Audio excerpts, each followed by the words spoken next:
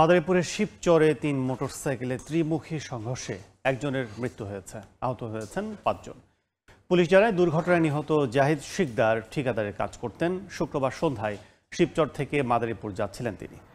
বাঁশকান্দি ইউনিয়নের সম্ভোগ ব্রিজের উপরে উঠলে বিপরীত দিক থেকে আসা দুটি মোটরসাইকেলের সঙ্গে জাহিদের মোটরসাইকেলের সংঘর্ষ হয়। এতে রাস্তায় ছিটকে পড়ে ঘটনাস্থলে মারা যান জাহিদ। এ ঘটনায় আহত অপর ২ মোটরসাইকেলের ৫ আরোহীকে শিবচর উপজেলা স্বাস্থ্য কমপ্লেক্সে পাঠানো হয়। পরে সেখান থেকে ঢাকা মেডিকেলে হস্তান্তর করা হয়।